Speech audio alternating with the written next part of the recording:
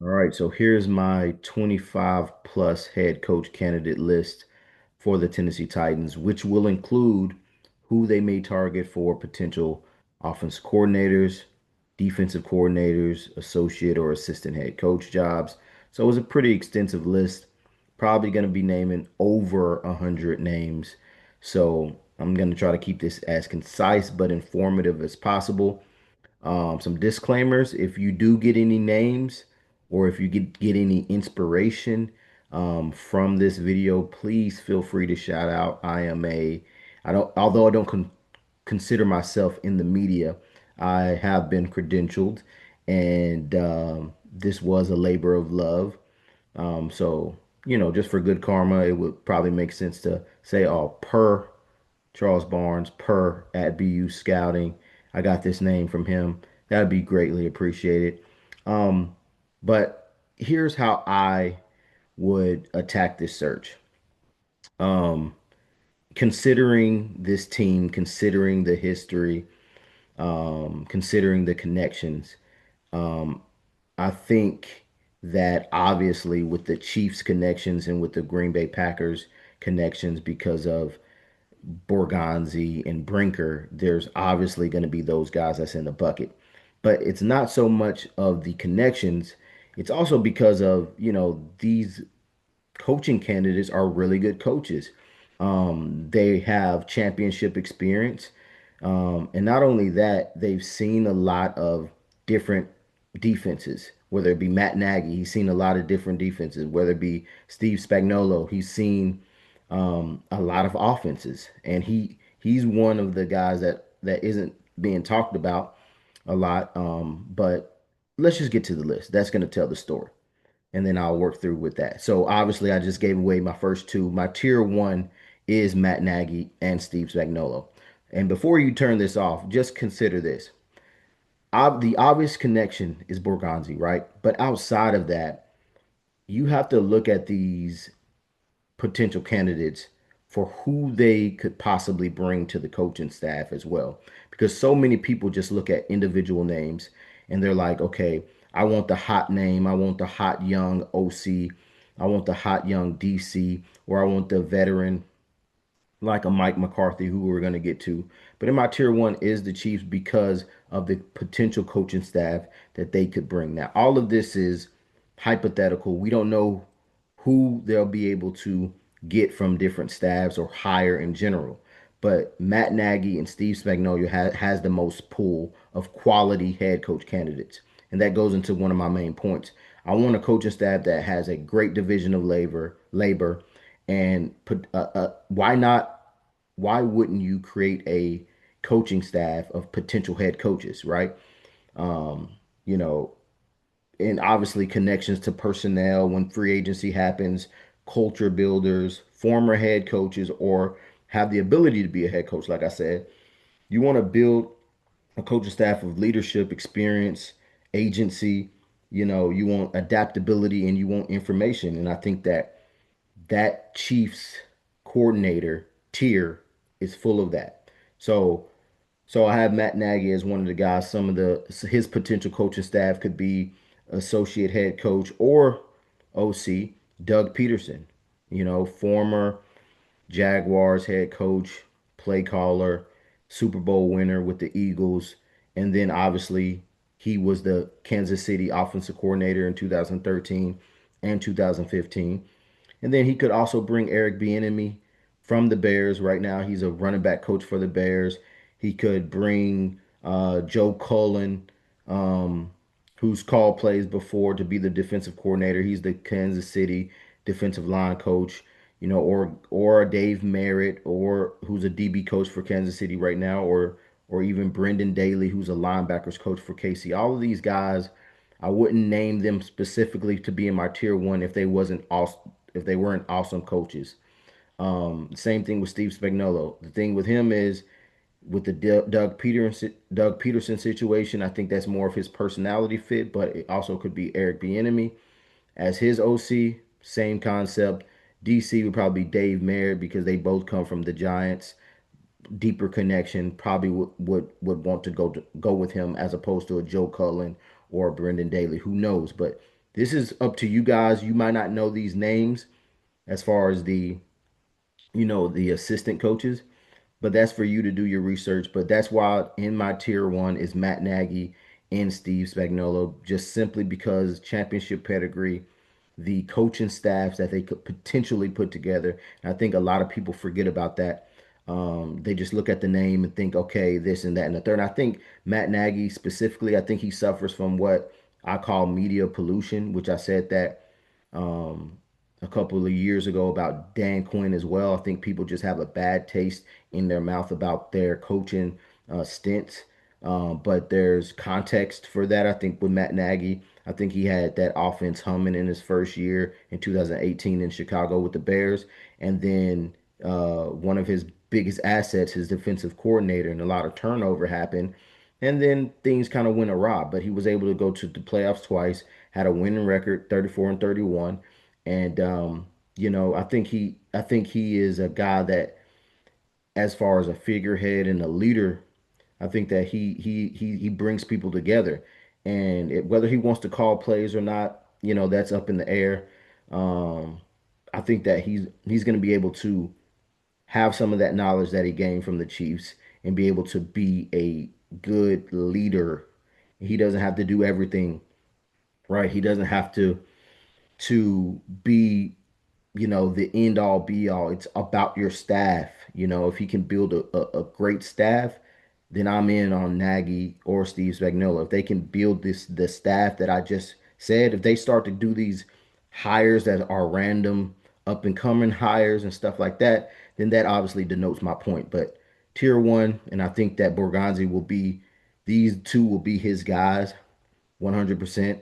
And I think that's who he'll be fighting for. Now, my tier two, which I hate to really name it tiers and tiers one. So let's just say my bookmarked head coaching candidates, or my starred head coaching candidate is going to be now in the Jim Schwartz, Jeff Hafley. Now, before you skip through this video or whatever else you need to do, just think about this same concept: experience. He's gonna possibly bring someone like Alex Van Pelt, who's right now he's the Rams senior offensive assistant, but they have history together. He was already on the Browns previously. Um, and his offense is also offensive style that I didn't really get into with Matt Nagy. Is Matt Nagy is super creative, super innovative. And of course, he's a former quarterback, so sometimes he could get pass happy. That's why you bring somebody like Eric Bieniemy with Matt Nagy to balance it out. Um, Same thing with Peterson. All these guys are in the same boat. With Jim Schwartz, the downside with Alex Van Pelt is I'm not sure how adaptable he is with his offense. However, you're going to get a stellar defense. His defensive coordinator, which, I'm just calling that a name. Obviously, Jim Schwartz is going to call his own plays, but Jaquise Caesar, he's the Cleveland defensive line coach right now. That's probably a name that he could bring with him over. But let's just say it's Alex Van Pelt, and obviously this is just connecting the name. It doesn't have to be Alex Van Pelt, but that's what makes the most sense. He could be able to pull. This is a hot name as a potential OC. Mike McDaniel. He could be able to pull him. So it's really just trying to find this connecting dots, but at the same time, if that's who he feels comfortable with, that's who he's going to bring. So you get a little slight ding or downgrade from the offense, but let's not act like Alex Van Pelt is not serviceable. He's serviceable.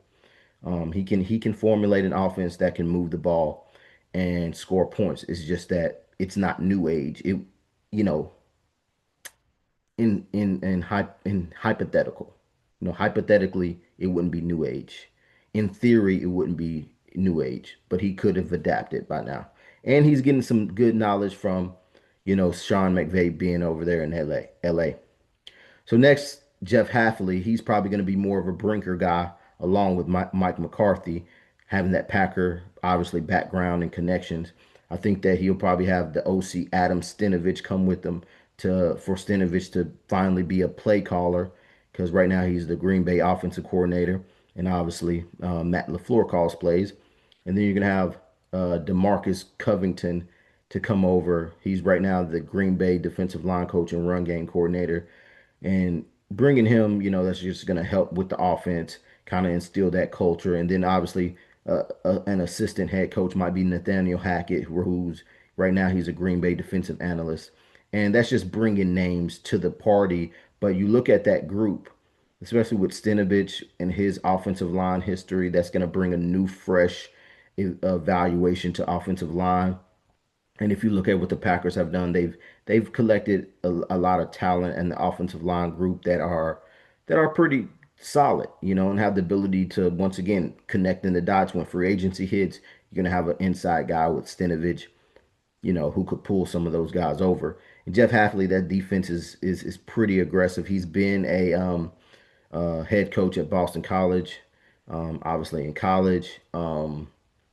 And I just think he has that profile of a leader of men, and is somebody that I think Brinker is going to probably bring to the table. Um, Moving forward with Mike McCarthy, I think that's been the most mentioned head coach associated with the Titans for at least the fan base. I would say I think that like I said, there's nothing new really under the sun with him. High floor offense, but we do have to understand that he was inherited a pretty good offense in Dallas, and they kept the cup pretty full with talent. So we have to agree to and understand and be aware that Mike McCarthy did have some pretty good offenses and pretty good teams there in Dallas, but Dallas is probably one of the best drafting teams, and he was inherited a offense that I think was scoring 27, 28 points per game. So that's to be mentioned, but that's not to discredit what he's able to do. He'll probably bring over Scott Tolzien, who was his quarterback coach in 23 and 24, and now he's New Orleans quarterback coach. And then for defensive coordinator, here's the caveat. Now, he could bring Al Harris, who was an assistant head coach in 24 with them, and the Dallas DB coach before he got that promotion. And then now he's the Chicago DB coach and pass game coordinator. Al Harris would be, I believe, a first time play caller. Not I believe, I know he would be a first time play caller. So you'd have a defensive coordinator who's doing it for the first time. But like I said, this hypothetical. This is just connections that make sense. He could opt to, which is going to be popular with a lot of these guys, he could opt to keep Denard Wilson. I think he's the most retainable coordinator on this Tennessee Titans team. And I think that, if Denard Wilson is open to it, he could be retained by a lot of these coaches who can't get their guy or just see value in what Denard Wilson can bring to the table. So Mike McCarthy plus a Denard Wilson thing, that's not too bad.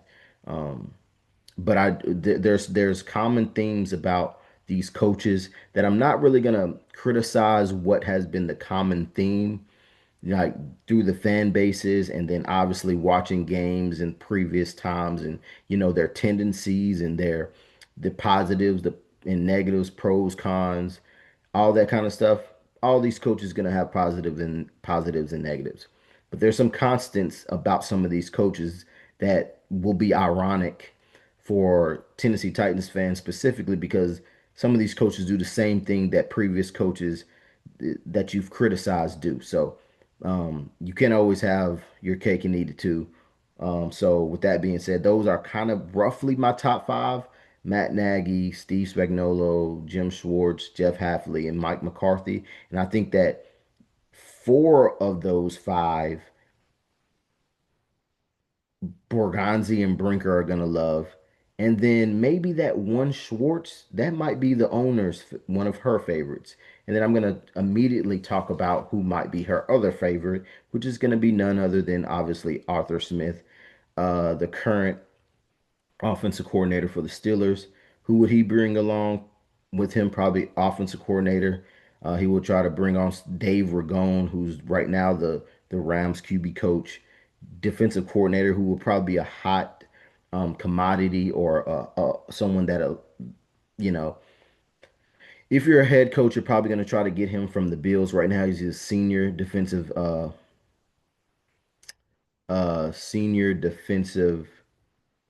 assistant Ryan Nielsen for the Buffalo Bills right now. He's going to be a guy that's probably going to be like on a lot of potential head coaches, simply because that Buffalo defense, they have their flaws, but they've been extremely consistent.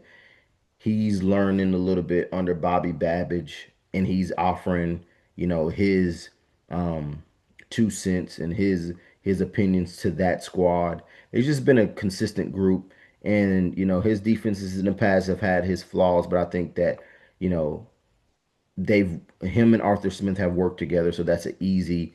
And I'm not so sure if Arthur would be one of those coaches that would retain Denard Wilson, but I think that Denard Wilson is going to be a hot commodity in his own right if people are looking at the tape right. I think a lot of what has happened with the Tennessee Titans, it hasn't been because of his lack of ingenuity or coaching. It's been either the lack of execution on the players, and obviously he'll be the first to tell you possibly if he's had any wrong. But a lot of it is the execution of the players. A lot of these games, the Tennessee Titans, despite the offensive um, situation, he's kept this team close and in it. So, and the defense itself have kind of strung along as they could. So I think Arthur Smith and Jim Schwartz will be probably the owners' favorites. Matt Nagy, Steve Spagnuolo is probably going to be, Borgonzi's favorites, and then Hafley and McCarthy is going to be Brinker's favorites. And then we kind of stretch out to names that, now people have said. I've had this written down before, like Lou Anarumo, who's the defensive coordinator for the Colts right now. He'd probably bring along Jim Bob Cooter, who's the OC there with the Colts, and then James Betcher, who's the linebacker coach with the Colts right now. So he runs a cover three, heavy cover three, same as I believe Ryan Nielsen does as well. Um, Jim Schwartz has always been like a 4-3 guy. Um, Jeff Hafley is, I think, a 4-3 guy, cover three. Lots of zone would be the defense. Obviously, Steve Spagnuolo, and then Joe Cullen bringing probably more pressure looks, but still 4-3, or at least multiple. So, and then Al Harris, they love cover three as well. So, a lot of zone would be the defense. But like I said, I think my favorite offense, and I'm bouncing around a little bit to get points off, excuse me. But I think Matt Nagy's offense, as far as creativity, is probably one of my favorites because of the potential of what could be. I think he's with the times. And then that's a good segue to Joe Brady, who is incredibly popular. He will probably be the second favorite that I've heard amongst Titans fans. Just simply they're assuming that, Josh Allen is going to be accompanied with Joe Brady if he comes to Nashville. I'm actually one of the first people in the market that mentioned Joe Brady to be on the staff. I think in 2021, I think it was after he was let go by the Panthers. I saw the vision there. I think he's a young guy. He's one of the guys that I will put in another separate bucket of I don't know what staff he would be able to put together. I also think he's a type of guy that you would have to grow with him, and understand that he is young, and you would have to grow and I'm not into developing coaches, but there will probably be ups and downs in terms of just learning the position because it would be his first time doing it, right? So that's a thing. Um, but some of his connections does show promising, possible, obviously hypothetical connections, whether it be Ken Dorsey coming back, those two linking back up together again. Ken Dorsey's right now the Cowboys pass game specialist. And then Seattle's pass game coordinator, Jake Peetz, would be another connection that I think Peetz has a bright future in this league as well. And then the defensive coordinator could be Denard Wilson that he could interview and feel like he's good enough to stay, or be Ron Nielsen, who, like I said, was a Buffalo senior defensive assistant because they're connected right there in Buffalo. I just feel like it's one of those guys where I would want to see Joe Brady get some more years and you know, kind of have a standby type of deal with that situation. Just keep it on standby and see. But it would be one of those where you get him now and just see how he goes from the leadership and game management perspective. And then there's guys like, not mentioned because he's probably a dinosaur to a lot of people, but I like what Roman has been able to do there in LA. Um, and then, he'd probably bring Shane Day, the quarterback coach there with the Chargers, and try to convince Wink Martindale, who's the Michigan DC right now in college, to come back to the pro game. And Greg Roman calling plays and Wink Martindale. I mean, that was a formula that worked for the Ravens uh, several years ago. So I don't know. He's been good. I don't think that people have been paying enough attention, and of course Justin Herbert will do that. But he's evolved a little bit. He's evolved his passing game. Um, I wouldn't say that he's super modern day creative, but he's evolved his passing game that is, passable, pun intended. And then there's guys transitioning. There's guys like Brian Flores and Jon Gruden who are being mentioned a lot, but I think that people have to pump their brakes a little bit because these people are suing the NFL, and that plus getting hired by an NFL team, I don't know if that is helping their cause of getting hired. If you're suing the company that you're trying to get hired by, probably very tough for future employers to want to employ you. But if you're fearless and can deal with that type of situations, I think that having him calling plays for the defense, having bringing along Durante Jones, who's the defensive pass game coordinator for Minnesota right now with the defensive background for to kind of mitigate, not mitigate, but to implement the culture, implement the defense with them, and then bring along Josh McCown, the current Minnesota Vikings quarterback coach, to be his OC. That would be another risky thing because obviously Josh McCown would be a first time play caller.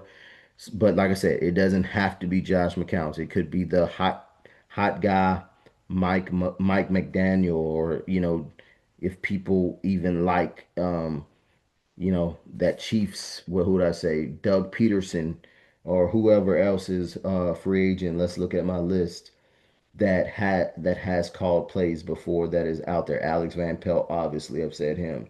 Eric Bieniemy, who's called plays. So these connections, this is, I guess it's not necessarily low hanging fruit because you have to do the work to find the connections, but that's a connection, or not necessarily that's a connection, but connections are just the starting point. Flores could hire Doug Peterson, could hire, um, you know, Eric Bieniemy. They obviously could have met somewhere other than what's on paper and what's on the internet. So that's another, preface. Guys like Flores and Gruden, you just don't know. Another guy, Vance Joseph, super good defense.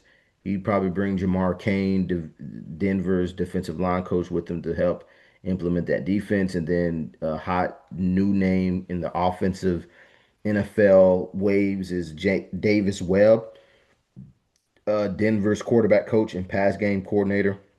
He's a hot name. He could get his first time calling plays, but once again, this sounds hypothetical. That's just who I think that he could possibly want to target. Um, Another hot name was with the Titans, connected to the Titans by the fan base is Kliff Kingsbury. Uh, where I really think that stands out is obviously what he's done with Jaden Daniel. Uh, but at the same time,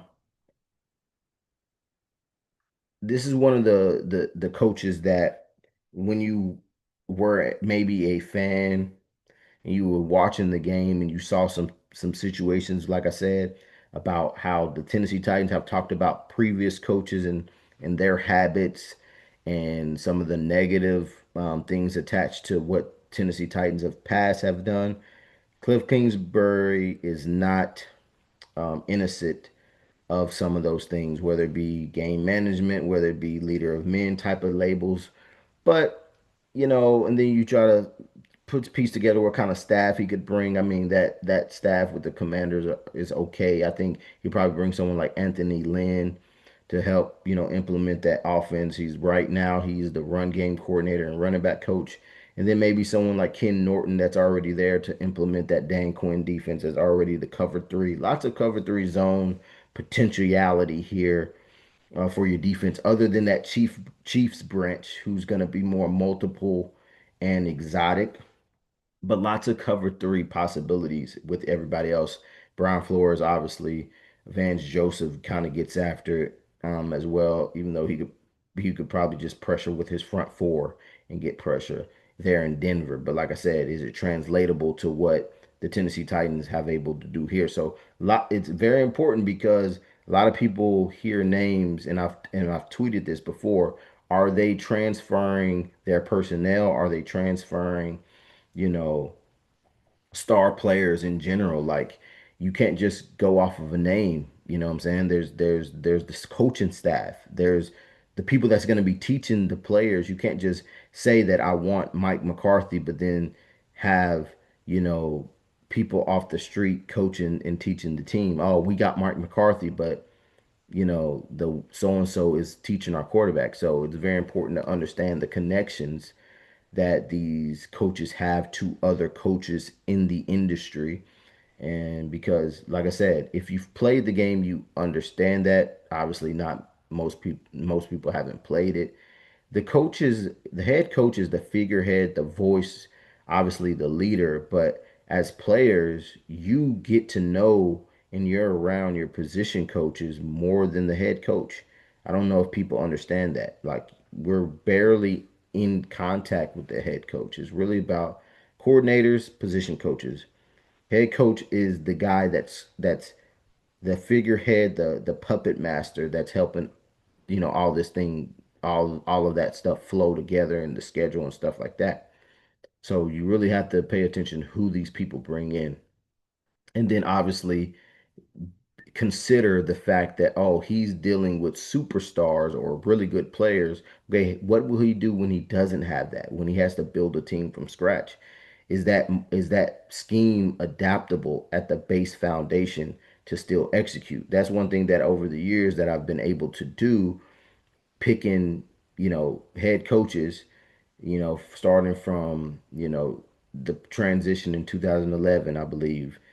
Instead of Munchak, I think I would have pivoted to John Fox. I also was a Jon Gruden guy, but John Fox, who went on to have a winning record, I think, in Denver. And then you transition in 2014, I think. Then I chose Mike Zimmer, who had some extreme success with the Vikings. And then you transition in 2016, um, and I can't remember who I said off the top. I got it tweeted. 2018, pretty much was at a standstill um, with Mike Vrabel or Frank Reich. Obviously, Vrabel went further in the playoffs, but they ended up having the same record when it was all said and done. And then most recently, instead of Brian Callahan, although being excited about that, the potentiality of it, I was more of a Raheem Morris or a Todd Monken guy. So, with that being said, like I've done pretty well in terms of figuring out what coaches can still be able to teach and move the needle without superstars, which the potential to build a really good coaching staff that makes sense. Like Raheem Morris, for example, not the hottest name of the last two coaching cycles or the last whatever. And I'm not saying that he's a world beater, but you look at you look at people like Mike McDonald or Dan Quinn. Not saying that they've had their success because of personnel, but personnel has been very important. Um, the coaching staff that they hire has been very important. You take someone with lesser known success, but still getting more out of less. What Raheem Morris has done, he beat the potential Super Bowl champions last year with Zach Robinson, and I think Jeff Ulbrich was still there, right? He has a good coaching staff, but he's able to beat that caliber of a team without crazy personnel, right? That's what I'm talking about. People who can do more with less. That's what I'm really looking for with a great coaching staff. And then obviously when personnel gets better, it's going to be exponential. Not saying that Mike McDaniel and Dan Quinn are only doing well because of personnel. It's sort of the same concept. Let's put it like that. Now moving forward with the list, Jesse Minter is another popular name. He'd probably bring Marcus Brady, who's with the Chargers right now. They're all together, pass game coordinator. Steve Clinkscale would be the DC to help implement the defense. Um, he's right now the DB coach for the Chargers, and I think that's a really Charger-centric potential union. And Jesse Minter would call plays as the head coach for the defense, and Marcus Brady has called plays, I believe, before in the past. And he's more of a modernized guy. That's not a bad potential union. Now Jesse Minter to me, and I've been wrong before on potential leader of men because you never know how these people adapt once they get into the position. But I don't know if he would be a strong enough voice right now. He could develop into that leader, but this isn't a bad staff considering Jesse Minter being the play caller and then Marcus Brady getting another shot at being offensive coordinator. Now, this name will probably not even come up in this cycle, but this is a guy that is well respected around the league, and that's Rich Bisaccia. He is the special teams coordinator for the Packers, which might be another Brinker guy. Um, he might bring in Greg Olson, who's QB coach for the Raiders right now. And then he could probably be a guy that would want Denard Wilson to stay or get Gus Bradley, who's the assistant head coach for the 49ers. Another name, much like Ryan Nielsen, that might be brought up a lot to possibly take defensive coordinator jobs. Now, Bisaccia, I don't know his connections and I don't know how many people want to come and be in his staff because it's such a risque um, hiring, it would be a special teams coordinator and someone that hasn't been really mentioned like that. Greg Olson is more of an older coach, so that will also be something that you might not consider for Cam Ward. But like I said, this is hypothetical. Bisaccia could be able to pull somebody else. Moving forward, another name that you hear every now and again is Robert Saleh, who is the DC for the 49ers right now. Now, this is the name that obviously makes a lot of sense. Mike McDaniel with him because of past history with each other with the Niners. Obviously, that is if Mike McDaniel gets fired, which it seems like it's leaning towards that, but you never know. And then the DC would be Gus Bradley, an easy connection there because he's already in San Francisco as the assistant head coach, like I already said. And or it could be Chris Kosirik, who's the defensive line coach for the Niners right now. Just putting together connections. I am not really opposed to that connection. So just to round it about, if I was to put my top five, I've already said my top five. And then my top 6 through 10 in no particular order would be Lou Anarumo, Arthur Smith, Robert Saleh, that's three.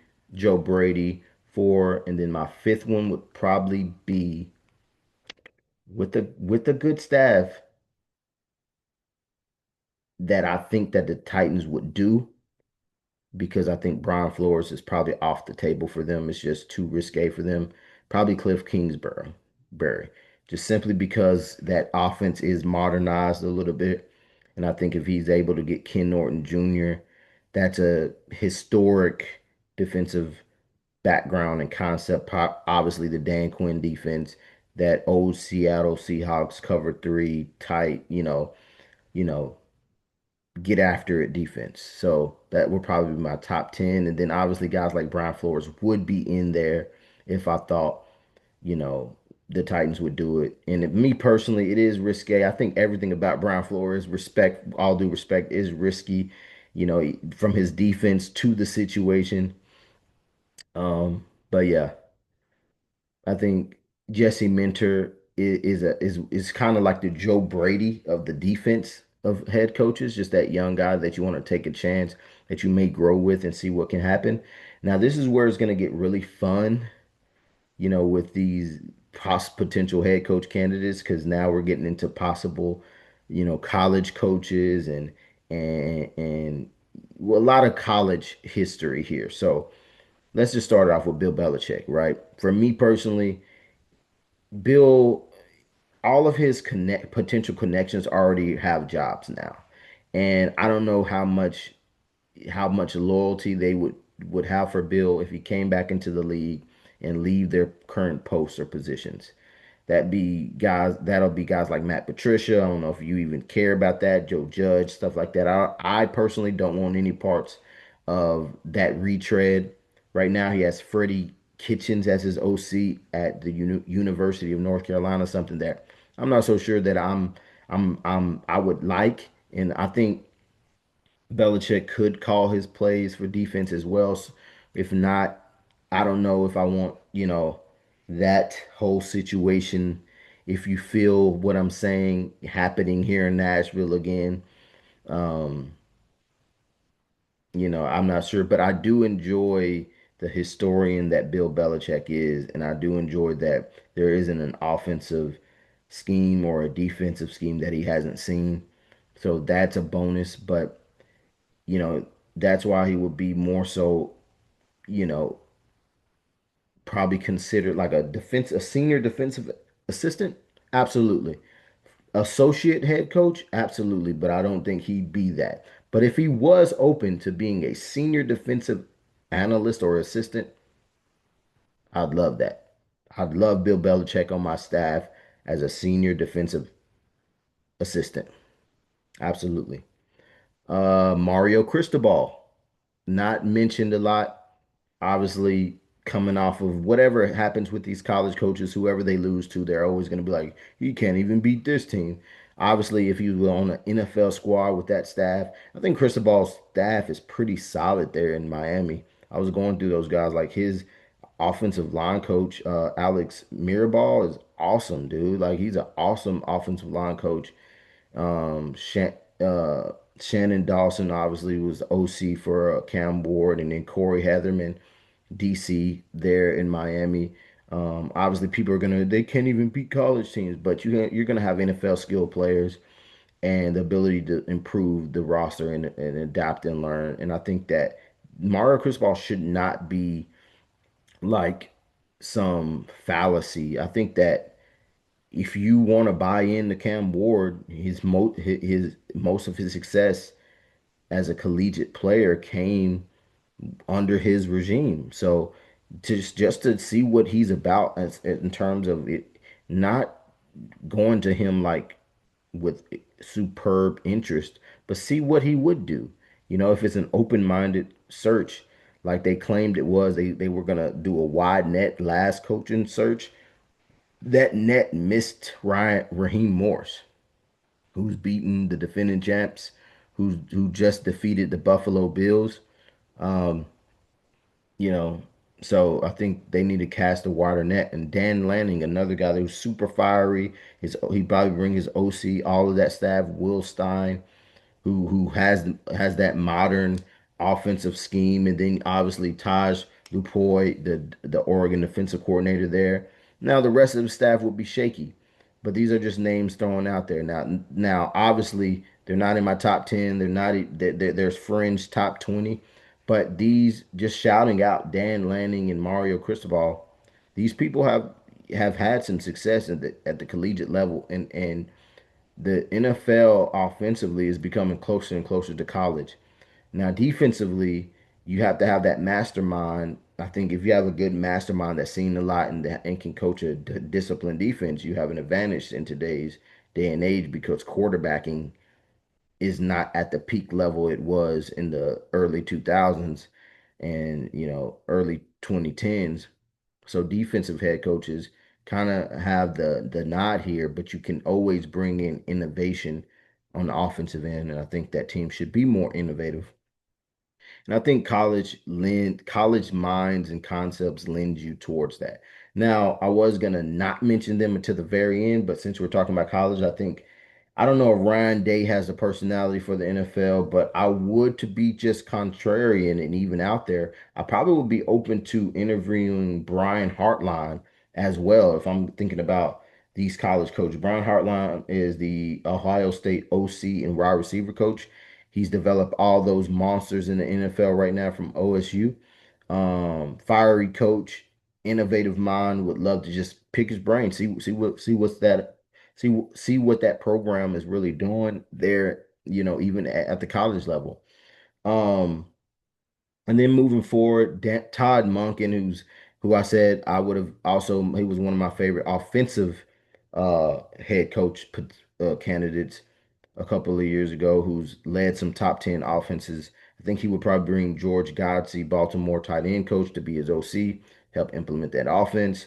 And then he would probably be even more interested in keeping Denard Wilson as DC. Like I said, that's a theme that I think will be considered moving forward. You heard it here first, is retaining Denard Wilson. And then that's really a good portion of my list. And then there are guys that I think that may not be ready to be leaders of men, or it will be difficult for them to convince a staff to come, like to like consciously do it, not thinking that this guy is too young, or just having, sometimes when your friend that's young gets a job and you have a secure job, sometimes you're like, I'm good right now. Let's see how you do, and then come and get me if it doesn't work out. And then sometimes you're like, oh, you're going, oh, I'm going too. Let's do this together. And it really just depends on those type of connections. But here are a couple names that have been said. Um, one have been said, one has been said, and then the other maybe some far deep place in the Twitter sphere or the internet have mentioned his name. But the first guy is Anthony Campanile, DC for the Jaguars. He has a potential to bring Grant Udinski, who's the very young up and coming guy that a lot of people is talking about, the OC right now. Obviously, Liam Cohen calls the plays, but he's the young guy that's coordinating everything. Um, you could probably bring him. Obviously, there's the risk of first time play caller situation. Anthony Campanelli would probably be a head coach calling the defensive plays. He'd probably bring Anthony Perkins, the DB coach, with him to be his DC to implement that offense. I'll implement that defense, and then Grant Udinski will implement the offense. Very young guy, but then again, Campanelli could go in a different route, get someone who's called plays before. It's all hypothetical, all just putting connections together. And then a guy that probably hasn't been talked about, maybe some on the deep parts of the internet, is Jeff Ulbrich, who's the DC for the Falcons, who has that team playing great. He could be a sneaky guy that could get some people like Mike LaFleur, who is the Rams OC right now, and Mike Rittenberg, who is his defensive pass game coordinator there in Atlanta, has a linebacker background. That could be his DC to implement the offense, but he'll be calling the plays. And if you can get Mike LaFleur because of their connection with the Jets, that's not a bad, you know, that's not a bad group there. It's not a bad little trio. With Jeff Ulbrich's ability to be a leader. Um, he had some off-season controversy that he didn't particularly do, but he got over that like a leader. And then you have guys that people mention like Mike Kafka and you know, I've heard, Davis Webb, who I've mentioned for assistant roles, um, being mentioned. And then obviously I said Jon Gruden, I bunched him and Brian Flores together, which I really shouldn't in terms of, I think, quality of potential modern day head coach. I think that Jon Gruden, the staff he would bring together would be like just an old school staff, man. He'd bring the fire, but I'm not so sure how much modernization it would be. And I'm a big fan of Gruden. Like I said, in 2011, I would have, you know, I was all on that, him or John Fox. But yeah, I'm still trying to think of the 2016 coach that I said I would have hired. I said Zimmer in 14, John Fox in 11, 16 was, I think I said Doug Marrone, which he had that deep run with the Jaguars. So I think I said Doug Marrone. That 2017 Jaguars team that is so magical. So yeah, Doug Marrone in 16, and then 18 was Frank Wright, who ended up having like the same winning percentage as Vrabel, Obviously, Vrabel went further in the playoffs. But yeah, um, there's just some. I think Brian Flores, obviously being in the league right now, have a defense that he's coaching that's humming. It's tough because he's dealing with the legal situation with the NFL. But Jon Gruden is also dealing with that, but he's not coaching right now. That's all that I mean by that. He's with Barstool. He's doing good stuff with YouTube and content creation, so that's pretty good for him. Um, Two guys that I skipped over. Wow, skipped over Kevin Stefanski. I think did I mention him? Um, I think they could go on a run right now based off of just the schedule. Him and Zach Taylor. They do this every year, second half of the season, trying to save their job. I think he's a good chance to save it again because of the schedule. But if he were fired, he'd probably bring everybody, the same people that he has with him now. Tommy Reese would be his OC. Um, and then he could bring Schwartz, or he could keep Denard Wilson, or he'd have Bill Musgrave, who's his QB coach right now, I believe, bring him along as well. Another name that's not being mentioned is Vic Fangio. I think he could bring Frank Smith, who's the non-play calling Miami offensive coordinator right now. He'd be a first-time play caller. Obviously, that's the risk, but it doesn't have to be Frank Smith. As I've said ad nauseum, could be anybody. This is hypothetical based off connections. And then Bobby King, who's the current linebacker coach for the Eagles, could be his DC to help implement that defense. And I think I've said almost everybody that I have on this paper at least.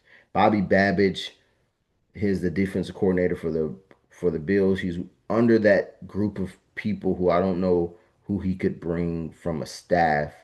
But there's some young names out there like that I think will start to move up the ladder to start to get play calling gigs or, you know, I'm not gonna go as far to say that they'll be future head coaches, but like Idzik, who's the Panthers OC right now. Davis Webb mentioned him, who was on the Broncos. Grant Udinski, who Anthony Campanile might be interested in adding the young OC, non-play calling OC. Declan Coyle is a guy who is Chicago's OC right now, young as well. These guys will probably start to get play calling OC's jobs. Just if you're looking at it incrementally, the next step is to do some play calling stuff. And there's a lot of names that I have that have a lot of connections to like my first tier or my, first bucket with that Chiefs connections. There are so those two people. You got to look at Matt Nagy and Steve Spagnuolo as connecting people because they've been in the league. They've crossed a lot of people's paths. They have, especially Matt Nagy. He doesn't look like it, but he has a personality that brings people together, in my opinion. I think his personality, he's grown since his last head coaching stint. There's so many more like assistants. I didn't even mention like David Girardi, who's the KC QB coach now, who could be a potential head coach. I mean, not a potential head coach, maybe in the future, but right now he'll probably be an OC candidate. Joe Blameyer, who's the passing game coordinator for the Chiefs right now, he could be the OC candidate as well if he's not able to get Bieniemy or Peterson. And then there's so many like senior offensive assistants that's connected to him, like a Bill Lazor that's with the Texans right now. Um, but there's a lot of connections to those first two, and I think that's what is the most enticing about when people mention Nagy. And Spagnuolo has not been mentioned, but I think he's interested in being a head coach again. Um, and you got to think about those battles that the Chiefs have had and just the amount of experience that they've gained since doing that, man. It's just invaluable. Um, just so many assistants that could be potentially attached to him. Guys like Ejiro, Evero, and Anthony Weaver, who Ejiro is the Carolina Panthers DC and Weaver is the current Dolphins DC. I think they'll get interviews, but once again, just finding it hard to see who they could bring as a full coaching staff. Obviously, there's immediate connections you could put together, but it's a coaching staff thing. It's a, an experience thing. And I think that, like I said, I think that I've already mentioned who I think the owner, the GM, and the president, quote unquote, would be interested in those six, um, which ironically is almost pretty much my top six. Um, but like I said, lots of connections, man, and there's a lot of good assistants out there, even if they can't get the guy that they want to. But it draws up fast, man. You're calling around your buds. They either want to stay, a team might, deny you from interviewing them. They might want to stay, so you really got to have a lot of people in your contact list. And I think that once again, those two have a lot of people that, speaking of Nagy and Spagnuolo, they have a lot of people in their contact list. So once the well starts drawing up, I think they'll still have a potential group that could still be very good for a team, and it will be a collective coaching staff that could really get you some wins and teach your players. So my main things of this coaching staff and the people that I'm looking for is I want, you know, as far as a coaching staff, I want a competent division of labor. I want my divisions of labor to have purpose and intention. I want this guy knowing what he's doing. I want that guy knowing what he's doing, and I want the results to actually provide difference. You got to understand with these signings, personnel is going to take time. But in the meantime and in between time, I want my staff to build culture, dexterity. I want them to be resilient. And I want to build a coaching staff of potential head coaches. Like I said, I want my top five generals, chief of staff. I want them to potentially be, you know, uh, head coaches, and I want teams to look at them that way. I want them to be so good that they're potential head coaches someday. Or if even if teams don't think that in our building, they are that. Leadership, experience, and agency. What does agency mean? Just initiative, fortitude, ability to adapt and lead. And speaking of adaptation, I want somebody adaptable, and I want systems that are adaptable and give information. I think the player connections are the bonus. I think you look at the Chiefs, Browns, Packers, Cowboys connections, the potential free agents that's going to come up. Obviously, you can sign them because money talks, but obviously, already having the end with relationships built and connections built, that matters as well. So I think collectively, you know, a lot of what this video, if you listen to it from start to finish, a lot of people will be reiterating this. What is this? October 19th. A lot of people will be reiterating this for 3 months, 3 or 4 months. The same stuff that I'm saying right now, the bigger names, whatever you want to call it, they'll be reiterating this 3, 4 months from now. Um, but as for now, this is the work that I put in. I didn't even say Jim Leonhard, who's a defensive assistant head coach, who's the Denver's assistant head coach right now, who he might get a interview, or maybe he wants to pivot to start being a play caller soon. He'd be cool to have on your staff if he's willing to leave where he's at now. Probably not. They're really performing well. I want to make sure I don't miss any interesting names. Like Drew Petzing was mentioned last year. A lot of people copied that when I mentioned him, but I'm leaning more towards out that Zach Taylor coaching tree and that offense. With all due respect, but he was a name that was gaining some steam. Um, who else is an interesting name? Jason Vrabel, who's the pass game coordinator, former wide receivers coach, who could be pulled from the Packers. Let's just say if McCarthy or more recent Jeff Hafley is hired. Lots of like lower end like the defensive pass game coordinator Corey Unlin could finally get a coordinator position, or Cannon Matthews and Jason Brooks. They're quality control right now, but could get uh, positional jobs in the near future. Um, who else did I got in here? Might as well mention everybody.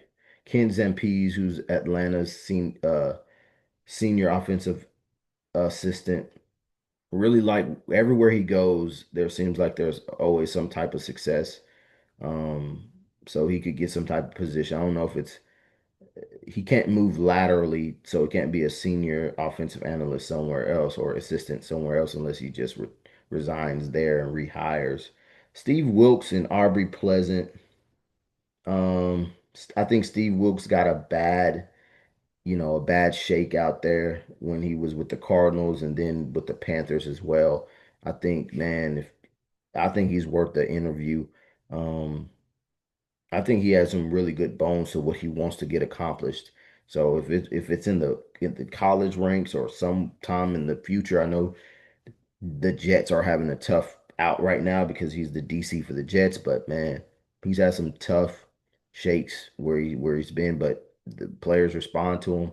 Then Aubrey Pleasant is the assistant head coach for the Rams right now, excuse me. He's just a very extreme. He's like the Bones fossil version for the Rams, but he doesn't really have a coordinator position. He's just everywhere providing optimism and positive energy for that Rams team. And a lot of this and even player evaluation is about human psychology and emotional IQ. And something that I do bring to the table that I think is that, it's not just a name to me. I'm really trying to learn these people. I can pick up on, obviously can't judge people. A lot of people do by their first impressions or whatever, but I was raised in a big family, have a psychology studies and psychology um, knowledge and experience, but just more so, I just have an intuitive nature about just listening to people talk and understanding what they may or may not bring to the table. And I think that just based off of all the collection of names, I didn't get into so much because I have the intellectual um I don't really like that word humility, but I have the intellectual awareness of myself to say that I don't know everything. I'm always learning and try to learn everything. So I can't 100% definitively say anything about these people personality wise because I have this experiential knowledge of, okay, I once said that Matt LaFleur might not be ready to coach, but look at him now. So, and that was just from a personality perspective. He was a little soft spoken. Now he's not. He's not really like that at all. Um, and then I've been on my run of head coaches that I mentioned early, five or so head coaches that had great success based off of that same knowledge, or if I hit on a player because I know he has that dog mentality or he's a very hard worker before the masses knew about it or whatever, I'm able to apply that to this type of stuff. And when I've studied Matt Nagy, he's a guy that he's, to be honest, less of a leader of men, but more of a bringer together of people. I think he brings people together. I think he cares about people. I think he cares about the players, and I think he has a lot of connections in the league, player wise and coach wise. Spagnuolo cares about his staff, lots of connections. Leader of men's, I think if I'm gonna label it, I think Schwartz is. I think Hafley has that potential. I think McCarthy is more.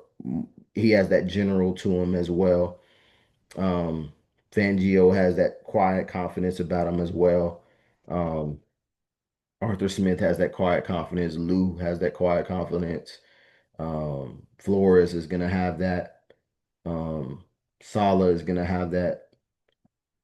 You know, Lanning is gonna have that. Cristobal is gonna have that. So just briefly, those type of personalities could have that. And that's important paired with a good staff. So that's really all I got, man. Just I'll keep you guys updated if I update anything.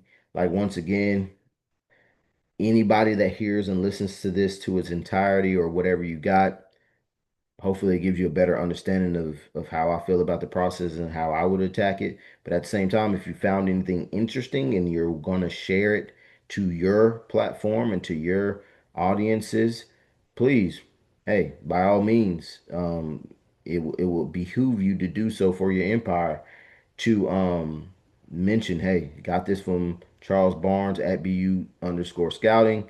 He did a lot of work on this, pretty, uh, infor informational. Um, gave me a lot of information, gave me a lot of insight. Um, and definitely check out his video. And I always say, if I'm my speed and my pace is too slow, put it on 2x. I get the job done on 1.5x every time, 1.75x, whatever's needed. You know, I don't go 2.5x. Now that's going too fast, but 1 point, if you need to speed it up, speed it up. That's all I'm saying. Um, and yeah, that's it, man. Like, share, whatever. Spread the word if you feel like this is pretty good. I feel like it's pretty good. Anybody in the first six, if they hired, I can work with. Anybody outside of that, it's really going to come down to like, their staff and stuff like that. Because, like I said, it's all, I want modernization, I want adaptability, I want it all. I want to be modern. And I'm not going to do it just for Cam Ward, which is very important, but I also want to do it for the rest of the team as well. So that's it. Hope all is well. Stay blessed, and I will see you on the next one.